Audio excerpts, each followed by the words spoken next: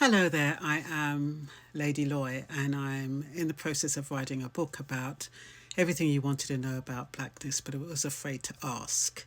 So I'm just sharing with you some of the chapters, and yes, I'm going to start off with this one, which is where some white people believe that they'll become extinct because all these black people are taking over, or people of colour are taking over. So I just wanted to share my thoughts with you. So there's a story that keeps getting whispered louder and louder until some people start mistaking it for truth. It's called the white extinction theory.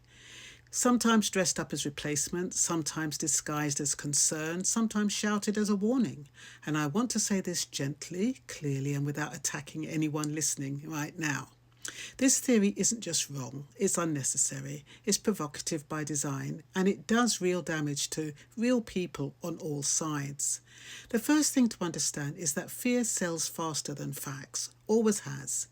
If you can convince someone that something precious is being taken from them, that they are disappearing, being erased, pushed out of history, then you don't need evidence anymore. You only need emotion. White extinction theory works by triggering a primal fear, the fear of vanishing, of becoming invisible, of losing status, safety, meaning. It doesn't begin with hatred, it begins with anxiety, and then it gives that anxiety a target. The idea itself isn't new. It grew out of the late 19th and 20th centuries when empires were shrinking, when scientific racism was being dressed up as biology, when birth rates were being counted like weapons, and when social change felt like collapse to those who had never had to share power before. Eugenics, movement, colonial panic, post-war identity crisis, all of these fed into a narrative that said, if the world changes, then you must be ending. That if society becomes more diverse, then whiteness must be under attack. It framed equality as loss and coexistence as extinction. But here's the truth that gets buried under the noise. No group is going extinct because other people exist. Demographics are not destiny. Cultures don't die because neighbours arrive. People don't disappear because the world gets bigger. What does change is relative dominance, and that's a very different thing. Losing automatic centrality is not the same as being erased. But when you've been taught your whole life that the centre is yours by default, that shift can feel like free fall. What drives this theory today isn't data, it's displacement. Economic insecurity, housing shortages, cultural speed, social media outrage cycles, political opportunism. When people feel unheard, unseen, or left behind, someone will always come along and say, it's not your fault. Someone else is doing this to you. And race becomes a convenient container for fear that actually has much deeper roots. Wages stagnate, services crumble, community bonds weaken, and instead of asking why systems fail, the story becomes about who arrived. And yes, this theory is very much still present today. It lives online, it's coded into language about borders and birth rates, it's echoed in manifestos and comment sections, sometimes quietly, sometimes violently. It survives because it offers simplicity in a complex world. It offers blame instead of reflection. It turns uncertainty into certainty by pointing a finger.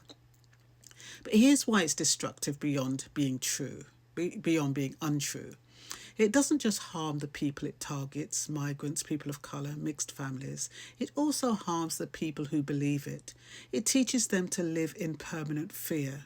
It robs them of curiosity. It shrinks their sense of belonging until it can only exist in opposition. It says you are only safe if someone else is excluded, and that is a lonely way to live. If we want to talk about this honestly, there are different ways into the conversation.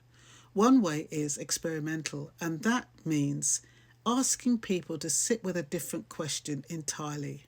Not who is replacing me, but what am I afraid of losing?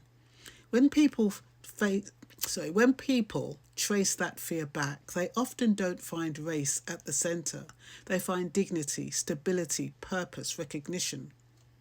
Another way is to flip the lens of time. Every generation that has panicked about being replaced has still gone on to leave descendants, stories, music, language, memory. Nothing vanished. It's simply changed shape. There are practical ways too, grounded ones. One is naming the difference between power and existence. Sharing power feels uncomfortable, but it is not annihilation. Another is telling fuller national stories, ones that don't pretend any country was ever culturally frozen or ethnically pure. Movement mixing adaptation, that's not modern chaos. That is human history. And then there's a one that doesn't get talked about enough. It's grief. Some people are mourning a world they thought was promised to them, even if that promise was never fair, never explicit, never sustainable. When grief isn't acknowledged, it hardens into anger. When it's spoken, it can soften into humility. You can't shout grief out of someone. You can have it. You're going to have to let it breathe. Then gently remind them that the future doesn't need their disappearance to exist. When we look at solutions, the obvious one sits right in front of us: honesty. Honest conversations about change, about fear, about history, about inequality, without shame and without scapegoats. But there are less popular, overlooked answers too. One is rebuilding shared civic spaces, places where people meet as neighbours before identities harden into cramps. Another is slowing the outrage machine, refusing to reward content that thrives on panic and division. Another is teaching emotional literacy alongside history so people can recognise when they are being manipulated through fear rather than informed through truth. There is also a quiet solution that doesn't trend online, and that's modelling coexistence. Ordinary people living ordinary lives together, raising children, sharing streets, loving across differences. That reality dismantles extinction myths far more effectively than arguments ever could. Because the deepest lie at the heart of white extinction theory is this idea that humanity is zero-sum game. That if someone else belongs, you must belong less. That the future is shrinking room rather than an expanding table. But the lived truth is that identity is not diluted by diversity. It is deepened by it. Cultures don't vanish when they meet others. They learn to adapt and endure. So if you're listening right now and this conversation makes you uncomfortable, I want you to know that discomfort is an accusation. It's an invitation. An invitation to step out of fear-based stories and into something sturdier, something truer. A world where no one needs to imagine extinction or to explain change. A world where we can stop asking who is replacing who and start asking how we take care of each other through this transformation. Because nothing human survives by closing itself off forever. And nothing good is built on fear of someone else's existence. The future isn't about erasure. It's about learning how to stand side by side without needing anyone to disappear.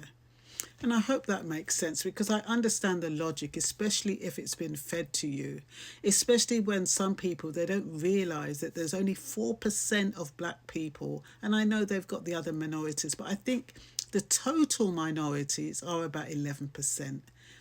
White people still have 89%. They're still 89% of the population. So even though it appears as though minorities are taking over and you're going to be extinct, in reality, it's not true. It's just what you're being shown. You're showing highly populated areas where migrants live, and they're using that as a banner to say, look, they're all coming in. You know, you're being overtaken, and if you allow them all in, you know, there's not going to be nothing left for you. But that's not the truth. And if you look at statistics and if you look at the truth, you'll find that you're very, very safe, regardless of what colour you are. If anything, minorities are the ones who are likely to be extinct. But there again, that's a story for another day. So you take care now, and thank you for listening.